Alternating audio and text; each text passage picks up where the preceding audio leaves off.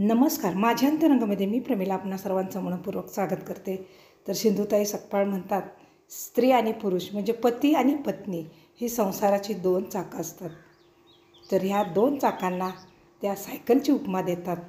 त्या म्हणतात सायकलला दोन चाके असतात, परंतु पुढचं चाक जे असतं ते पती नावाचं असतं आणि मागचं जे चाक असतं त्याचं नाव आहे पत्नी. तर विचार केला तर बघा, मागचं जे चाक असतं त्यालाच कॅरेज असतं. तर ह्या कॅरेजचा वापर कशासाठी केला जातो? बरोबर, ओझी वाहून नेण्याकरता. तर ह्या चाकाच्या वरती हे कॅरेज असतं आणि त्याच्यावरतीच अधिक बोजा ठेवून ही सायकल चालवली जाते.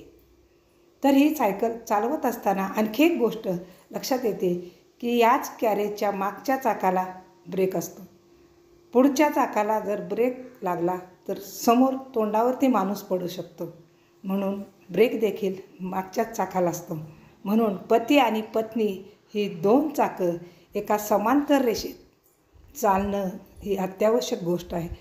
जर पुढच्या चाकानं ठरवलं की उजवीकडे वळायचं तर निमूटपणे मागच्या चाकाला देखील उजवीकडे वळावं लागतं.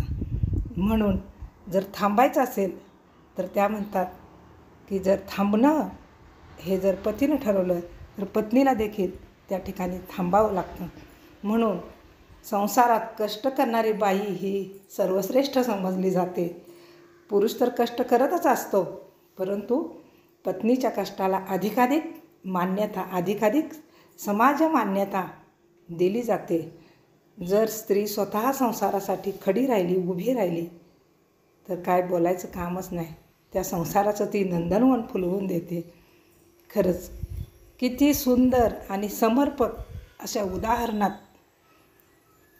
सिंधुताईने आपल्याला संसाराची गोष्ट समजावून सांगितली आहे.